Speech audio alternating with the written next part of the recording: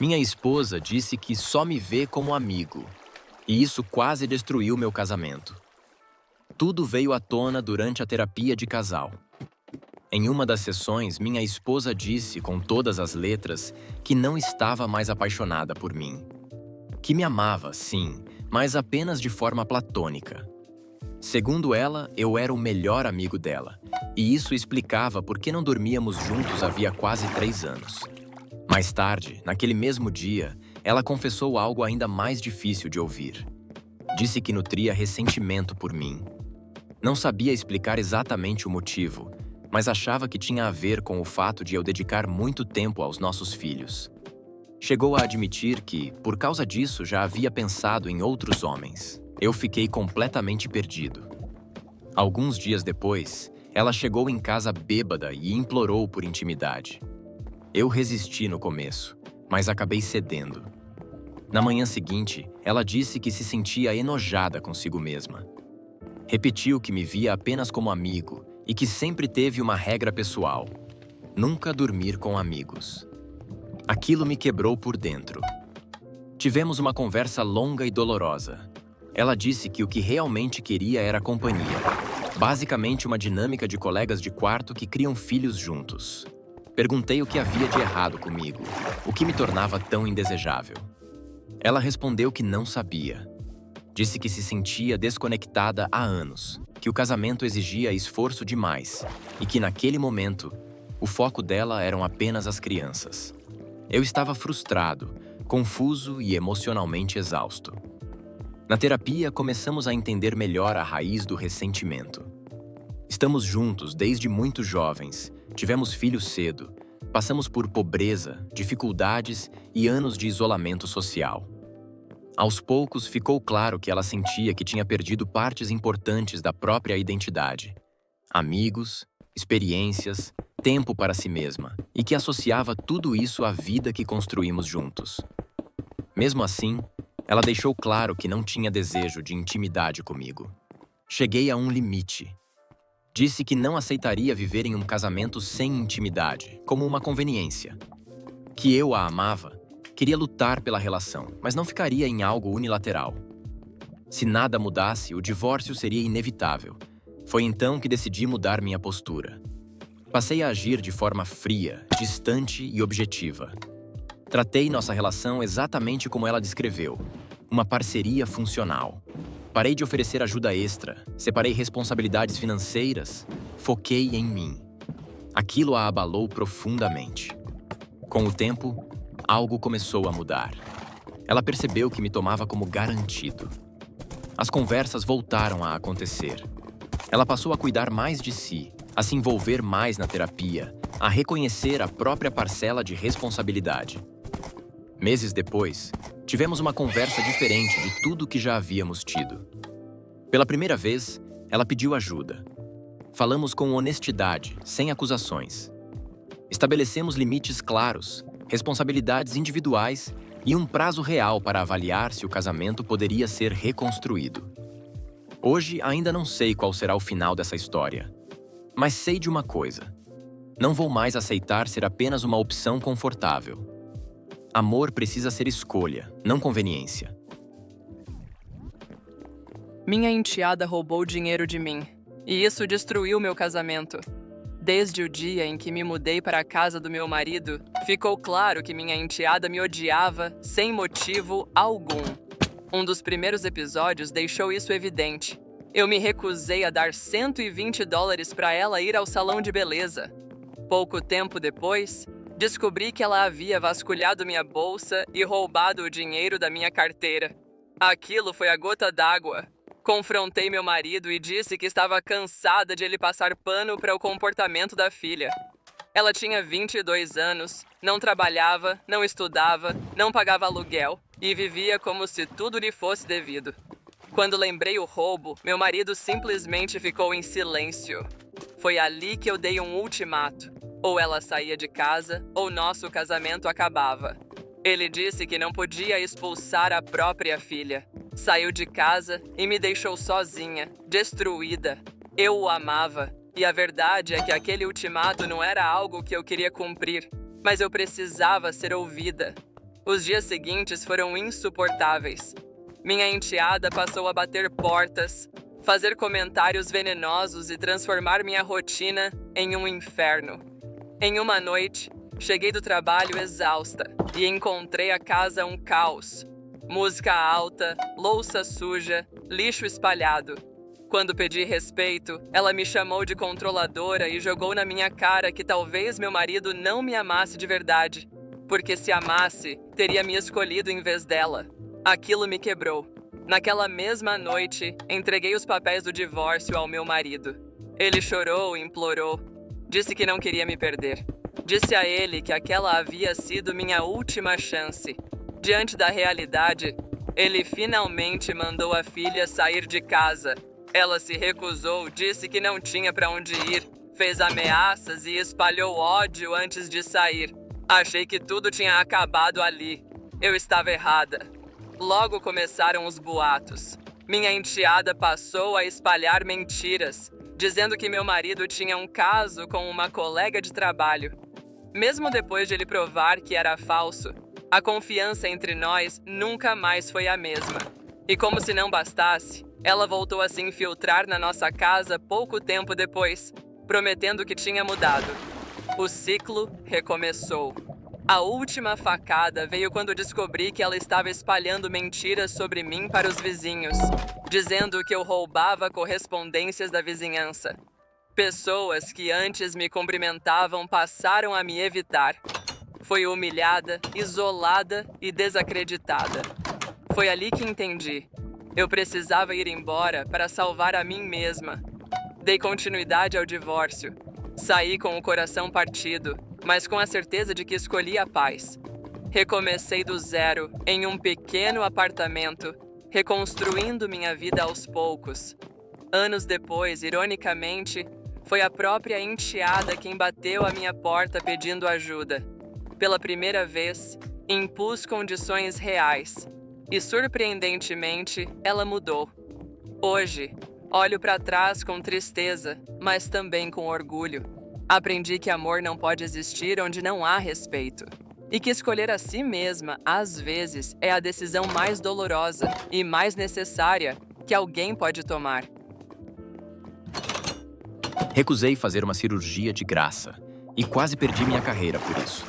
Sou médico e a pergunta mais absurda que já me fizeram veio da minha própria sogra. Ela queria que eu realizasse uma cirurgia no meu cunhado. De graça. Quando recusei, ela ficou indignada. Disse que eu devia isso à família. Mas o que ela ignorava, ou fingia ignorar, era o histórico que eu tinha com o filho dela. Meu cunhado sempre desprezou minha profissão. Durante a pandemia, zombava de médicos, dizia que vacinas eram bobagem, espalhava que eu tinha trapaceado na faculdade de medicina. Quando confrontei minha sogra sobre isso, ela disse que tudo não passava de brincadeira. Mas esse tipo de brincadeira pode acabar com uma carreira. Minha esposa tentou me convencer a ajudar mesmo assim. Disse que família vinha em primeiro lugar. Aquilo não era novidade. Anos antes, ele já tinha interferido no nosso casamento, manipulando minha esposa para atender aos desejos dele, sempre usando culpa emocional. Na época, eu cedi. Dessa vez, não. A recusa foi o estopim. Pouco tempo depois, quando eu estava prestes a me tornar sócio de uma clínica prestigiada, começaram a surgir acusações anônimas contra mim. E-mails, postagens em fóruns, tudo insinuando negligência médica e má conduta profissional. Contratei um investigador particular. As acusações vinham de uma conta falsa, ligada ao meu cunhado. Mesmo provando minha inocência, perdi a oportunidade na clínica. O dano estava feito. Quando voltei a recusar a cirurgia, a retaliação escalou. Eles passaram a me ligar de madrugada, aparecer no hospital, criar cenas na frente de pacientes. Um dia, meu cunhado foi até a recepção e começou a gritar que eu tinha medo de operar, que era incompetente. Depois disso, surgiram avaliações falsas online, dizendo que eu recusava tratar pacientes por motivos pessoais. Minha reputação estava sendo destruída pela segunda vez. Cheguei ao limite. Disse a minha esposa que, para preservar minha sanidade e minha carreira, eu precisava cortar contato com a mãe e o irmão dela. Ela ficou devastada, mas me escolheu. Isso só fez com que eles voltassem a persegui-la também. Até que surgiu um e-mail anônimo, com provas claras de que tudo fazia parte de um plano para me forçar a ceder. Foi o fim. Minha esposa confrontou a família. Diante das provas, decidiu cortar laços de vez. Levou tempo para reconstruir minha reputação. Fiz terapia. Aguentei olhares desconfiados. Aos poucos, os rumores morreram. Meu trabalho voltou a falar por mim. Anos depois, minha sogra pediu desculpas. Admitiu que errou.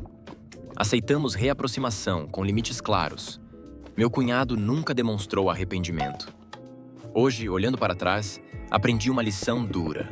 Às vezes, a pergunta mais absurda não é o que alguém pede, mas até onde essa pessoa é capaz de ir quando você diz não. Minha esposa exigiu abrir o casamento. Agora quer fechá-lo depois que eu segui em frente. Minha esposa foi quem exigiu que abríssemos o casamento. Eu tentei dizer não, mas ela me deu um ultimato. Ou eu aceitava, ou nos divorciávamos. Acabei cedendo. Quase imediatamente, ela começou a sair com outras pessoas e acabou se envolvendo com o próprio gerente. Um dia, cheguei em casa e os peguei na nossa cama. Explodi. Disse que ela tinha quebrado a única regra que tínhamos. Ela riu, me chamou de ingênuo na frente dele e disse que regras foram feitas para ser quebradas. Se vestiu e foi embora com ele naquela mesma noite. Foi aí que decidi seguir o mesmo caminho. Comecei a sair com outras pessoas e conheci Charlotte. Me apaixonei de verdade. Pela primeira vez em muito tempo, me senti vivo, confiante, inteiro. Isso mudou tudo. De repente, minha esposa virou outra pessoa. Voltou a cozinhar para mim, a ser carinhosa, a tentar intimidade. Um ano antes, aquilo teria significado tudo. Mas naquele momento, eu não sentia mais nada. Meu sentimento por ela tinha morrido. Quando ela percebeu que eu estava realmente envolvido com outra mulher, entrou em pânico. Chorou, implorou e exigiu que fechássemos o casamento. Eu recusei.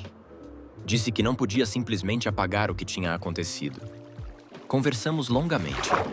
Ela admitiu que a ideia do casamento aberto veio de amigas do trabalho, que a convenceram de que ela tinha perdido experiências, por estarmos juntos desde muito jovens. Confessou também que já tinha um envolvimento emocional com o gerente antes mesmo da abertura do casamento, e que só não tinha se tornado físico antes por culpa. Disse que tudo foi empolgante no começo, como estar embriagada dirigindo em alta velocidade. Mas quando viu que se eu tinha encontrado alguém que realmente me fazia feliz, a realidade caiu sobre ela. O medo de me perder se tornou insuportável. Na terapia de casal, novas verdades vieram à tona. Descobri que antes mesmo da abertura do casamento, ela já tinha traído minha confiança fisicamente. Aquilo foi o golpe final. Senti algo morrer dentro de mim. Saí de casa e fui morar com meu irmão. Ela largou o emprego, cortou contato com os amigos, implorou por mais uma chance. Disse que faria qualquer coisa para ser vista como minha esposa novamente. Mas eu já estava vazio. Hoje, estou em terapia individual. Já consultei um advogado. Não sinto raiva. Não sinto alívio. Apenas um cansaço profundo e uma clareza dolorosa. Algumas escolhas mudam tudo de forma irreversível. Ela abriu o casamento achando que tinha controle da situação. Só não esperava que eu encontrasse alguém que me lembrasse quem eu sou. E agora, mesmo que ela queira fechar a porta, já não sei se ainda existe uma casa para voltar. Chorei quando quase perdi minha filha, e ela foi quem me salvou. A última vez que chorei de verdade foi na noite do 5º aniversário da minha filha. Ela me acordou pulando na cama, sorrindo, me chamando de papai. Queria muito que eu participasse de uma festa do chá de princesa. Então eu fiz algo simples. Comprei uma fantasia de princesa em tamanho adulto. Quando expliquei que para ir a uma festa de princesa eu também precisava ser uma, os olhos dela brilharam. Fizemos chá gelado, rimos, e ela repetia que aquele tinha sido o melhor aniversário da vida dela. Na hora de dormir, ela me abraçou forte e disse: "Por favor, não vá embora, papai." Eu contei histórias até ela adormecer. Mais tarde, sozinho, eu desmoronei. Eu estava me divorciando da minha esposa alcoólatra. Ela queria a guarda total da nossa filha e estava disposta a mentir sobre mim para conseguir isso. O irmão dela era o advogado, famoso por nunca perder casos. Eu estava aterrorizado. Durante o processo, ela mentiu sobre tudo. Disse que eu bebia, que era abusivo, que negligenciava nossa filha. Nada era verdade. Ela chorava no tribunal, se fazia de vítima. Testemunhas apareciam do nada para reforçar as mentiras. Eu me sentia impotente. Então veio o momento que mudou tudo. Minha filha foi chamada para depor. Com a inocência de uma criança, ela disse que me amava, que eu fazia comida para ela todos os dias, lia histórias todas as noites, nunca gritava. Disse que queria morar comigo. Quando falaram da mãe, ela respondeu com sinceridade. Disse que a mãe dormia muito, gritava às vezes e não brincava com ela. Aquelas palavras simples atravessaram todas as mentiras. Depois disso, as mentiras da minha ex começaram a ruir. Áudios mostraram ela bêbada. Vídeos provaram que ela aparecia alcoolizada até em visitas supervisionadas. Uma amiga dela confirmou tudo no tribunal. O juiz viu o padrão de instabilidade e manipulação. Quando a decisão saiu e a guarda foi concedida a mim, eu caí de joelhos e chorei. Chorei de alívio. Chorei de gratidão. Minha filha enxugou minhas lágrimas e perguntou se estava tudo bem. Em casa, naquela noite, enquanto jantávamos, ela me perguntou se ficaríamos bem. Eu disse que sim, que seríamos felizes. E fomos. Os anos passaram. Criamos uma rotina simples, cheia de amor. Todo aniversário dela ainda tem festa do chá de princesa. E toda vez que lembro daquela noite, sei exatamente quando foi a última vez que chorei. E por quê? Minha irmã psicopata tentou destruir minha vida enquanto eu lutava pela vida da minha filha. Recebi uma ligação de um hospital no exterior, dizendo que minha filha de 18 anos tinha sido atropelada por um motorista bêbado e estava em coma. Peguei o primeiro voo disponível e passei semanas ao lado da cama dela, sem saber se ela sobreviveria. Enquanto eu estava fora do país, minha irmã, diagnosticada como sociopata, descobriu que minha casa estava vazia. Para ela, aquilo foi uma oportunidade perfeita. Ela e o namorado, um ex-presidiário, invadiram minha casa pelos fundos e roubaram absolutamente tudo. Joias de família, equipamentos de trabalho, dinheiro, até o cofrinho de infância da minha filha. Nada foi poupado. Quando voltei com minha filha, percebi imediatamente que algo estava errado. Gavetas reviradas, armários vazios. Eu já estava em dificuldades financeiras por causa do tratamento médico dela. Aquilo me destruiu. Chorei como não chorava há anos. As câmeras de segurança mostraram tudo. Era minha própria irmã. Isso não foi surpresa. Quando éramos crianças, ela já mostrava quem era. Uma vez, colocou fogo em fogos de artifício dentro da garagem enquanto nossos pais estavam fora. Quando tudo explodiu, ela sorriu e me culpou. Eu levei o castigo. Ela saiu ilesa. Sempre foi assim. Mesmo assim, quando ela apareceu chorando na minha porta, implorando perdão, eu hesitei. Contra o meu melhor julgamento, decidi não denunciá-la. Denunciei apenas o namorado. Ele foi preso. Achei que isso encerraria tudo. Eu estava errada. Ela passou a me culpar pela prisão dele. Começou a espalhar mentiras para os vizinhos, dizendo que eu maltratava minha filha, que eu a abandonava para sair com homens enquanto ela estava hospitalizada. Meu carro foi vandalizado. Bilhetes ameaçadores começaram a aparecer na minha porta. Ligações anônimas. Mensagens dizendo que eu pagaria por isso. Passei a com medo dentro da minha própria casa. Instalei câmeras, troquei fechaduras. Nada adiantou. Uma noite, acordei com um cheiro de fumaça. Minha garagem estava em chamas. Vi minha irmã correndo para o carro, sorrindo. O mesmo sorriso de quando éramos crianças. Ela tentou me matar. Dessa vez havia provas. As câmeras registraram tudo. Ela foi presa e condenada por incêndio criminoso, perseguição e invasão de domicílio. Pela primeira vez em anos, senti alívio, mas também uma tristeza profunda. Era minha irmã. Visitei-a na prisão tentando entender. Ela chorou. Disse que nunca quis que chegasse a esse ponto. Mas era o mesmo discurso de sempre. Nenhum remorso real, nenhuma empatia. Minha prioridade sempre foi uma só: proteger minha filha. Hoje, com minha irmã e o namorado atrás das grades, reconstruo minha vida aos poucos. Minha filha sobreviveu. Ainda enfrenta sequelas, mas está em casa, segura. Isso é tudo o que importa. Aprendi da pior forma possível que algumas pessoas nascem sem limites. E que quando se trata de proteger quem você ama, virar as costas não é crueldade, é sobrevivência.